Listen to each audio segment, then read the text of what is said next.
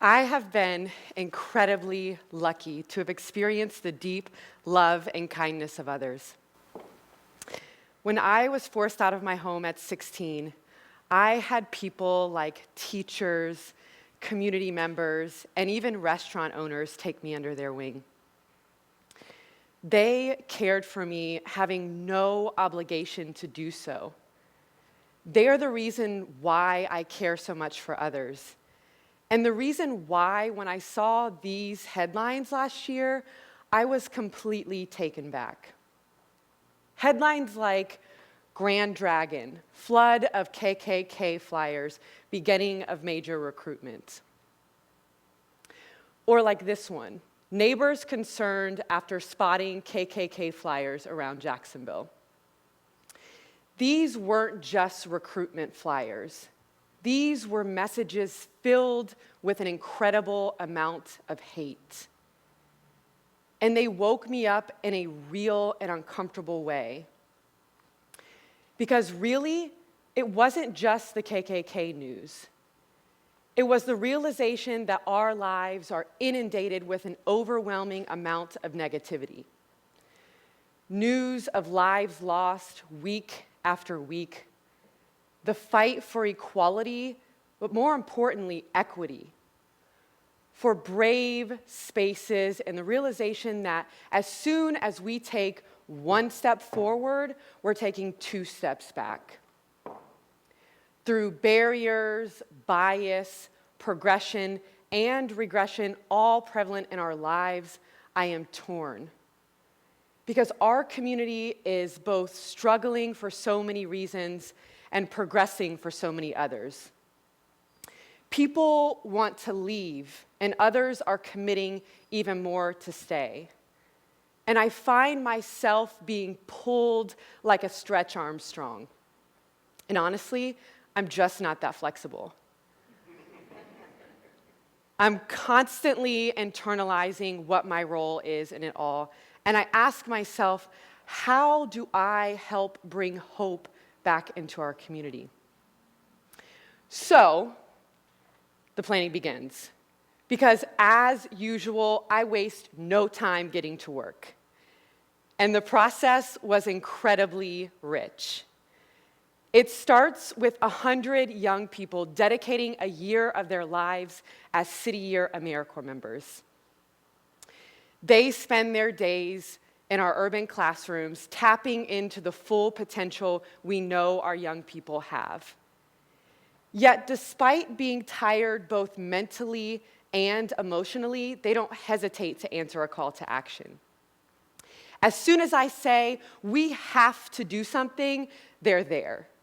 And for several days, many of them spend much of their time brainstorming how we could truly shift the narrative in our community. Some of their ideas were really big.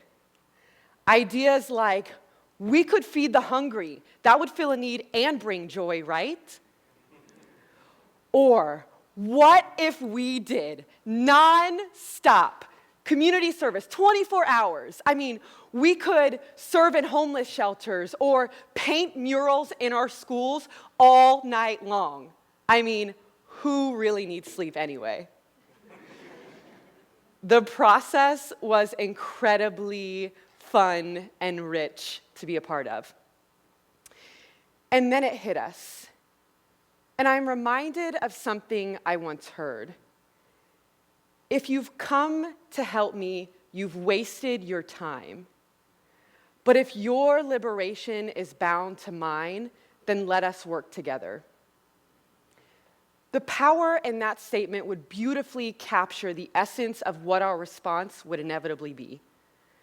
This wasn't going to be a solution to solve hunger or clothe children. It couldn't be. That wasn't the problem.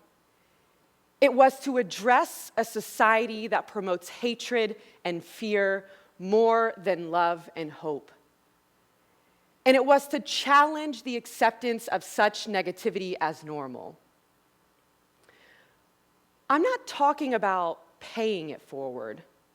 I'm talking about saying it forward. Through positive, inspirational letters and chalking sidewalks, our goal was to reintroduce people to happiness and to be loud through unexpected positive messages. So, without warning and completely anonymous, we divided and conquered, crossing our fingers, hoping that these messages would have some kind of positive impact. And within almost minutes, we began to see social media explode with joy and gratitude. #WithLoveJax was brought to life in such a beautiful way.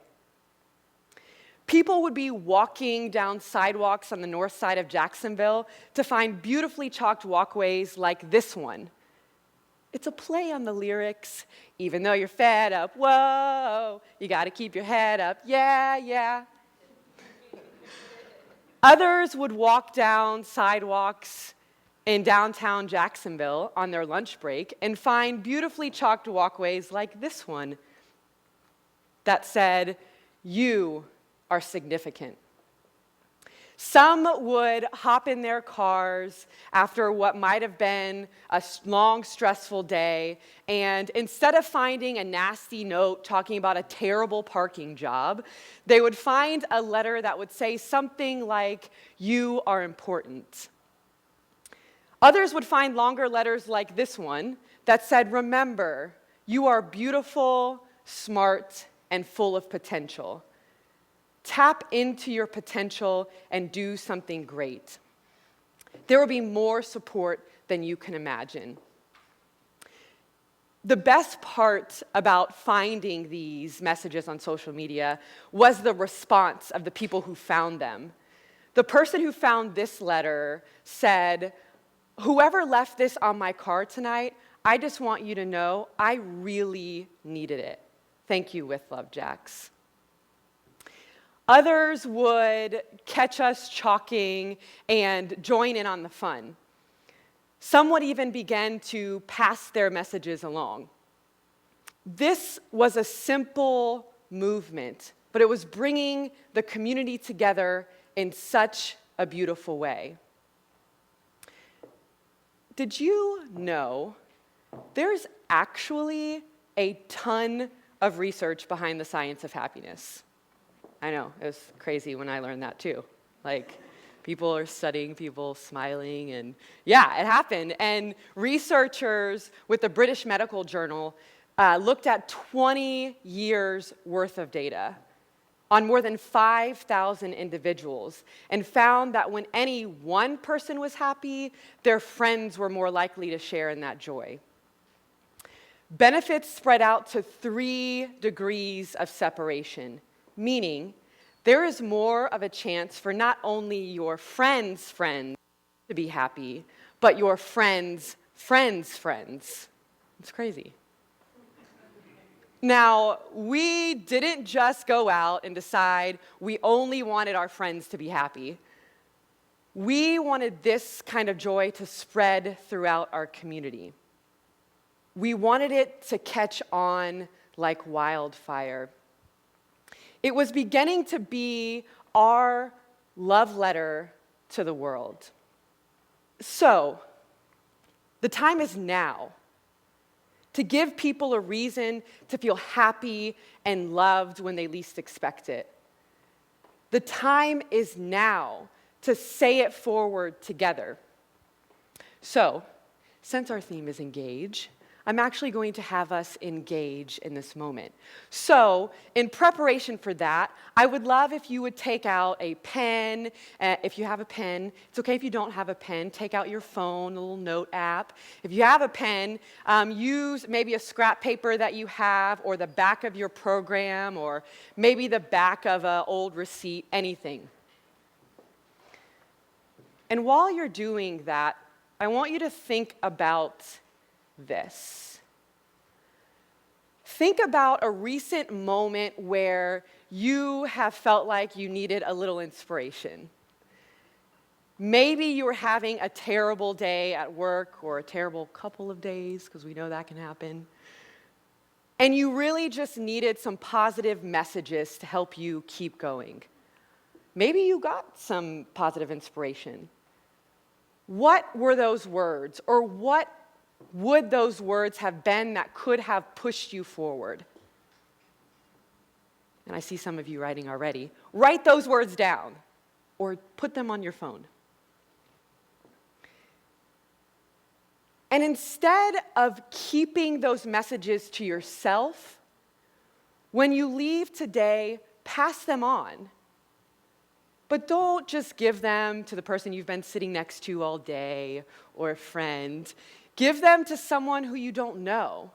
If you wrote down a message, put it on someone's car or on their driveway or on their doorstep or in their mailbox, anywhere. Just pass it on. Because it's simple.